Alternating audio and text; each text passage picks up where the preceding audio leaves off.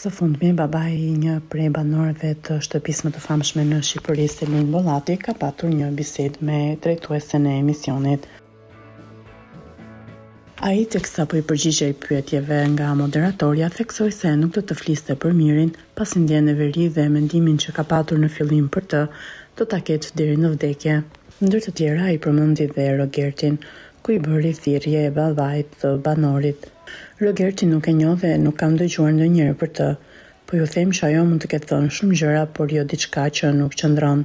Këtë gjën e burgut e kam sajuar unë. Me Rogertin se dia do më jepet mundësia për të folur apo jo. Me Rogertin nuk besoj se do të takohem, përmes jush i çoj fjalë babait të tij që ta shoh këtë punë sipas ligjeve dhe kanoneve, që kur e shan një vajzë mbi 2 herë, kjo ofenduar burrin, baban, dajat dhe gjithë familjen e vajzës. Kaq kisha për këtë Rogertin unë. Rogerti ka deklaruar në shtëpi se thezja e Selini ka thënë që jati i banores ndodhet në burg, gjë që është hedhur poshtë nga Selin. I pyetur nga moderatorja nëse i shëndron ende deklaratave që kishte bërë më parë për Mirin, ai u shpreh se nuk është penduar për asgjë dhe se vazhdon të i qëndrojë fjalëve të tij.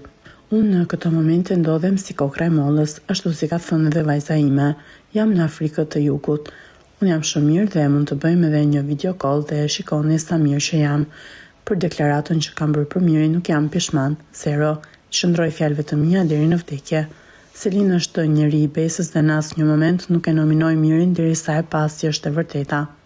Edhe për besën që i dha atij në fillim të programit, e ka mbajtur atë besë deri në fund, derisa e kuptoi që e ka keq përdorur këtë besë. Mos më bëni më pyetje për atë. E kam në veri, nuk dua të flas më dhe t'i jap vlera më atij. Unë jam shumë krenar për vajzën time, e kam mbretëresh, u shpreh babai i Selin në një lidhje telefonike.